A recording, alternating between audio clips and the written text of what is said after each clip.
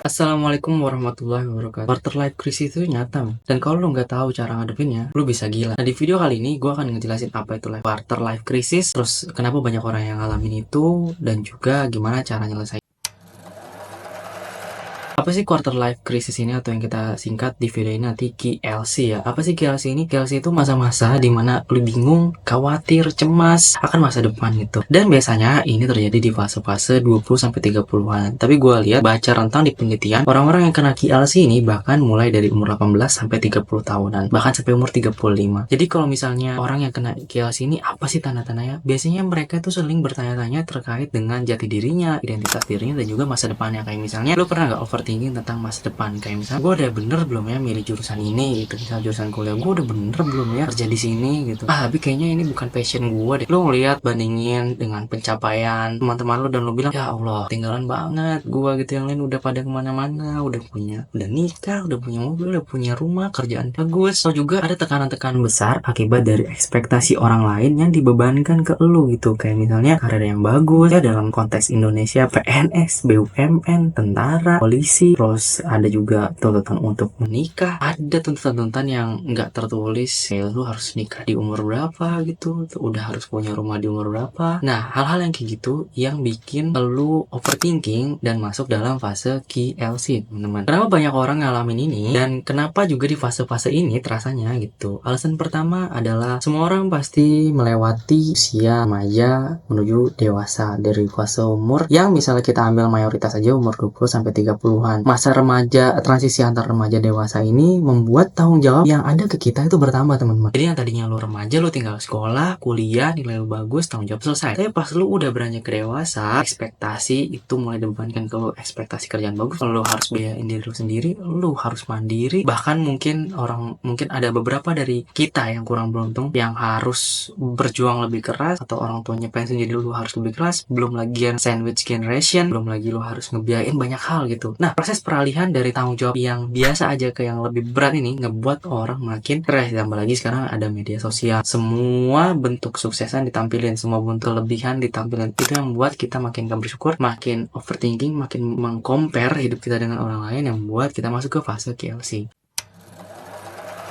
Nah, lu tahu nggak, kalau misalnya fase KLC ini dibiarin, lu bisa masuk ke fase depresi, teman-teman. Dari mulai stres ringan, sedang, berat, terus lu bisa masuk ke depresi ringan, sedang, berat gitu. Nah, kenapa bisa kayak gitu? Dimulai dari satu pertanyaan, am I good enough gitu. Kalau nggak, satu pernyataan, I'm not good enough gitu. Lu selalu mempertanyakan dengan kapasitas diri lu, capability diri lu.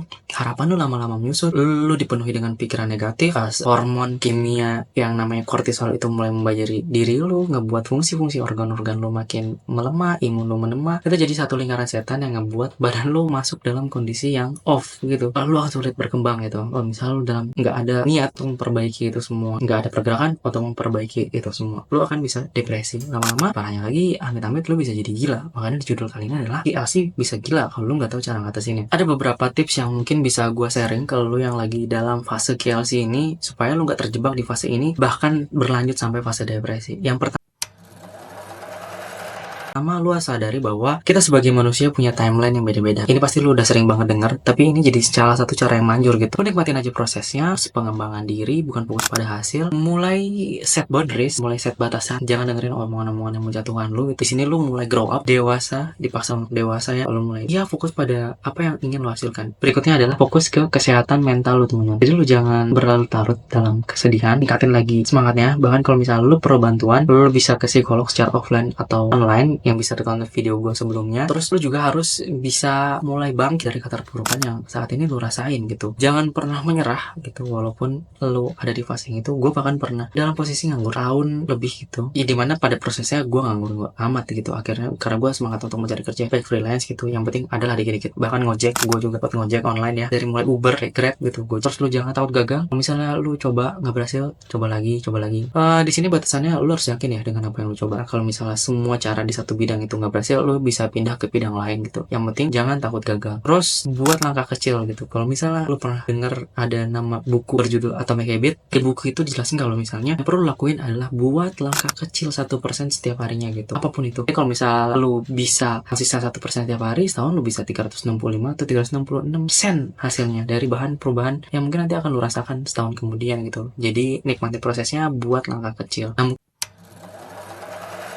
Ini itu tips yang bisa lo lakukan. Tetap semangat, tetap bergerak, intinya tetap bergerak untuk mencapai tujuan yang lo inginkan. Aktivitas yang lo mulai itu bisa lo buat to-do list kegiatan hari-hari lo, bisa journaling, meditasi. Lo mulai jadwalin diri lo ke psikolog. Lo bisa cari online yang harganya terjangkau, bisa ke orang-orang yang mungkin bisa ngerti dengan keadaan lo. Kalau nggak ada, lo tulis journaling aja gitu sambil ngumpulin duit, sambil terus berusaha gitu. Karena nggak semua orang punya privilege kan. Lo bisa manfaatin semua yang ada di diri lo gitu, karena Allah menciptakan kita pasti dengan kelebihan dan kekurangan masing-masing. Jadi teman-teman, kesimpulannya adalah quarter life crisis ini emang berat, tapi lo nggak sendirian. Kita semua pernah ngalaminnya, pernah ngalamin KLC berat-beratnya itu. Dan life crisis ini nggak cuma di quarter, tapi nanti di masa-masa yang akan datang tuh pasti ada masa life crisisnya lagi teman-teman. Yang penting adalah lo jangan pernah berhenti bergerak, jangan pernah berhenti berharap teman-teman. Ingat aja, semua ini pasti akan berlalu. Bahkan lo diam aja, lo jalannya hari-hari lo sendiri aja, itu akan terus berjalan gitu. Apalagi lo ngelakuin usaha. Nah, kalau teman-teman punya pengalaman terkait dengan bagaimana cara menghadapi quarter life crisis ini, tolong sharing aja di kolom komentar. Dan kalau misalnya lu suka video ini, klik like, share, dan subscribe. Mungkin banyak orang yang membutuhkan. Mungkin sekian dari gua, mudah-mudahan video ini bermanfaat. Wassalamualaikum warahmatullahi wabarakatuh.